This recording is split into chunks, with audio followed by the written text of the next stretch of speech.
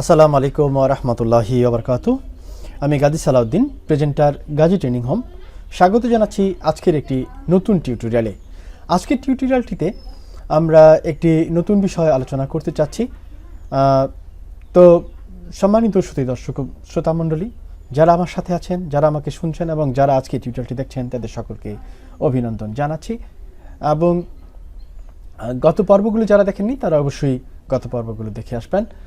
আজকে যে বিষয়টি নিয়ে আলোচনা করব সে বিষয়টিতে আমি সরাসরি চলে যাচ্ছি। এই বিষয়টি উপস্থাপন করার আগে আমি আপনাদেরকে একটি রিকোয়েস্ট করতে চাই, সেটা হচ্ছে আপনারা এখনও পর্যন্ত যারা আমার চ্যানেলটিকে সাবস্ক্রাইব করেননি তারা অবশ্যই সাবস্ক্রাইব করবেন এবং নোটিফিকেশন বেল আইকনটিতে ক্লিক করে রাখবেন, যাতে করে পরবর্তী নোটিফিকেশন আপনাদের কাছে পৌঁছে যায় এবং সবার আগে আপনারা আগামী টিউটোরিয়ালটি দেখে নিতে পারেন। তো আজকের টিউটোরিয়ালে আমি যে বিষয়টি নিয়ে আলোচনা করব সেটা হচ্ছে, আমরা যদি একটি কাজকে সুন্দরভাবে নান্দনিকভাবে উপস্থাপন করতে চাই তাহলে আমরা একটি কাজ করি, সেটা হচ্ছে চার্টের মাধ্যমে। অনেক সময় আমরা চমৎকার কিছু প্রেজেন্টেশন, চমৎকার কিছু ডিজাইন অত্যন্ত চমৎকারভাবে দৃষ্টিনন্দনভাবে উপস্থাপন করতে চাই। আসলে আমরা প্রেজেন্টেশন সফটওয়্যারটিকে ব্যবহার করি, অর্থাৎ আমরা MS PowerPointকে ব্যবহার করি প্রেজেন্টেশনকে আরও নান্দনিক, আরও সুন্দরভাবে উপস্থাপন করার জন্য, যাতে করে যারা দেখছেন তারা যেন সুন্দরভাবে বুঝতে পারেন এবং আমরা যারা এই উপস্থাপনায় দায়িত্বে থাকি তারা যেন সুন্দর করে এটাকে বোঝাতে পারি। আমরা খুব সহজেই মাত্র কয়েকটি ক্লিকের মাধ্যমে, কয়েকটি কাজের মাধ্যমে কোনো একটি ডেটাকে অত্যন্ত চমৎকারভাবে উপস্থাপন করতে পারি চার্টের মাধ্যমে।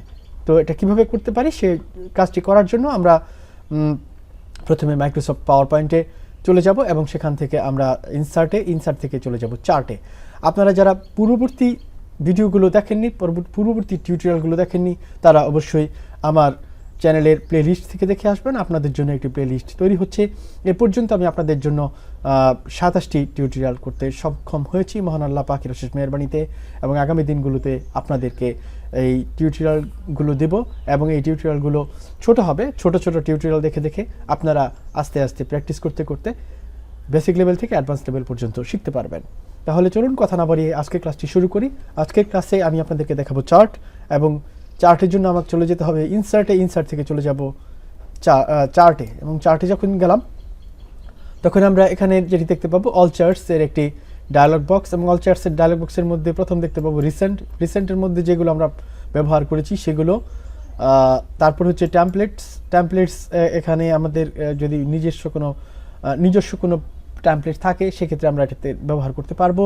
তারপর হচ্ছে আমরা কলামস, এখানে আছে কলামস আমরা বেশি ব্যবহার করি, তারপরে লাইন ব্যবহার করি, এবং সবচেয়ে বেশি ব্যবহার হয় পাই চার্টে। তারপর হচ্ছে বার, তারপর এরিয়া, তারপরে XY স্ক্যাটার, তারপর স্টক, সারফেস, র্যাডার, তারপর হচ্ছে কম্বো। এখানে আমি আপনাদের যারা সাধারণভাবে যারা টিচার কিংবা যারা ছোটোখাটো ব্যবসা করেন তারা সাধারণত আপনাদের উঠানামা এবং ব্যবসায়ীর উঠানামা এটা দেখার জন্য আপনারা এই চার্টগুলোকে ব্যবহার করে থাকেন। এবং যারা শিক্ষক হিসেবে কর্মরত আছেন তাদের কাছে যদি কোনো সময় সে দায়িত্ব পড়ে যে বর্তমানে আমাদের প্রতিষ্ঠানের মধ্যে কি পরিমাণ স্টুডেন্ট আছে এবং কি পরিমাণ স্টুডেন্ট পরীক্ষা দিয়েছে এবং তাদের রেজাল্টের অবস্থা কেমন, এটা যদি আমরা উপস্থাপন করতে চাই খুব সহজে আমরা কলামের মাধ্যমে এটাকে উপস্থাপন করতে পারি। এক্ষেত্রে যদি আমরা কলামের মধ্যে এটাকে ক্লিক করি তাহলে আমরা একটি কলাম দেখতে পাবো। কলামটিকে আরও বড় করে দেখার জন্য আমরা কলামে ক্লিক করে ওকে করব। সেক্ষেত্রে আমরা এটাকে একটু অপেক্ষা করব এবং অপেক্ষা করব এবং অলরেডি এটা চলে এসেছে। এখানে কতগুলো অপশন চলে এসেছে। এক্ষেত্রে আমরা দেখতে পাচ্ছি এখানে এখানে ক্যাটাগরি নামে কতগুলো ভাগ করা আছে এবং এখানে কতগুলো সিরিজ আকারে কতগুলো ভাগ করা আছে, এবং এখানে যা আছে এখানে ঠিক তাই। এটা আমাদের এক্সেলের একটি অপশন চলে এসেছে। এই এক্সেলের টিউটোরিয়াল আপনাদের সামনে ভবিষ্যতে ইনশাল্লাহ চলে আসবে। তো আজকের কাজটির জন্য এই এতটুকুই আমাদের জন্য যথেষ্ট। তো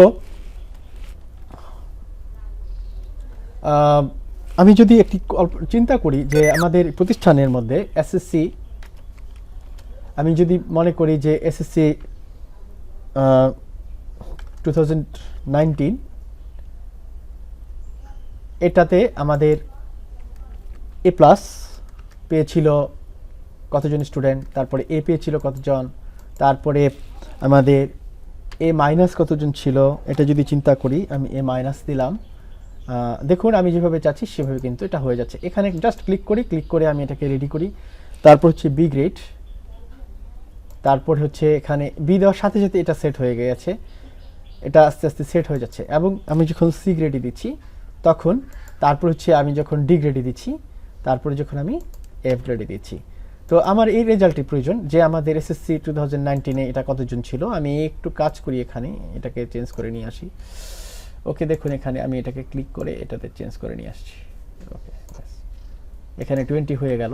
আবার আমি যদি আর একটু চেঞ্জ করি, এখানে টেনে নিই, তাহলে এখানে 2022 চলে এসেছে। 22 আমার প্রয়োজন নেই, এই অপশনটাকে আমি রেখে দিলাম, এটাকে করলাম না কাজটা। তো এসএসসি 2019 এখানে একটা কাজ আছে, আমি যখন এটাকে কাজ করছি তখন ওকে, এখানে 2019-এ আমি ধরে নিলাম যে আমার এখানে 50 জনে প্লাস পেয়েছিল।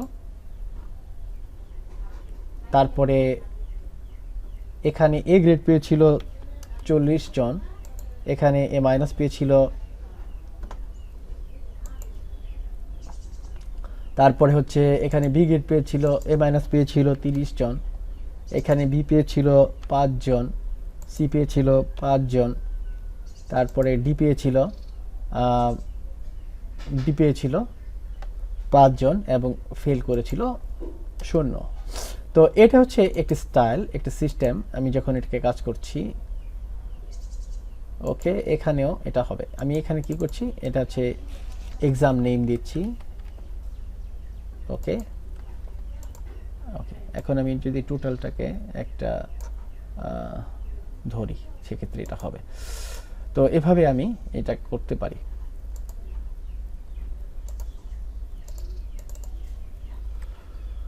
ওকে, আমি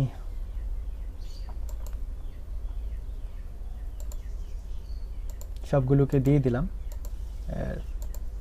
অ্যাক্সিস ট্রেন্ড লাইন এটা দিয়ে দিচ্ছি, জাস্ট এখানে এটা সেট হয়ে যাচ্ছে। ওকে দিলাম, ওকে করছি। ওকে, এটাকে এ প্লাস এ গ্রেড এবং এভাবে এটা চলে এসেছে। জাস্ট এখান থেকে আমি এটাকে চেঞ্জ করে ফেলতে পারি। স্টাইলটাকে আমি যদি এভাবে রাখতে চাই এটা রাখতে পারি। ওকে, এখানে যদি আমি এটাকে সবগুলোকে ক্লিক করে বাদ দিয়ে দিই সেক্ষেত্রে এটাকে বাদ দিতে পারি। ডেটা টেবিল, ওকে ওকে, চার্ট টাইটেল এটা দিতে পারি। চার্ট টাইটেল, এক্সামিনেশন রেজাল্ট, ওকে, এক্সেল টাইটেল,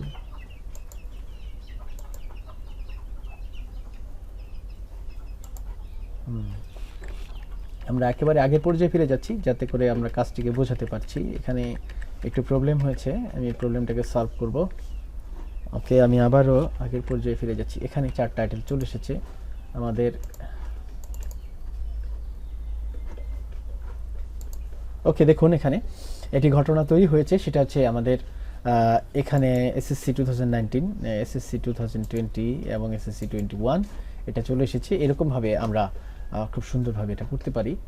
আমরা যদি এখানে অ্যাক্সেস দিই, অ্যাক্সেস টাইটেলস দিই, তারপর ডাটা টেবিল রেডি করি।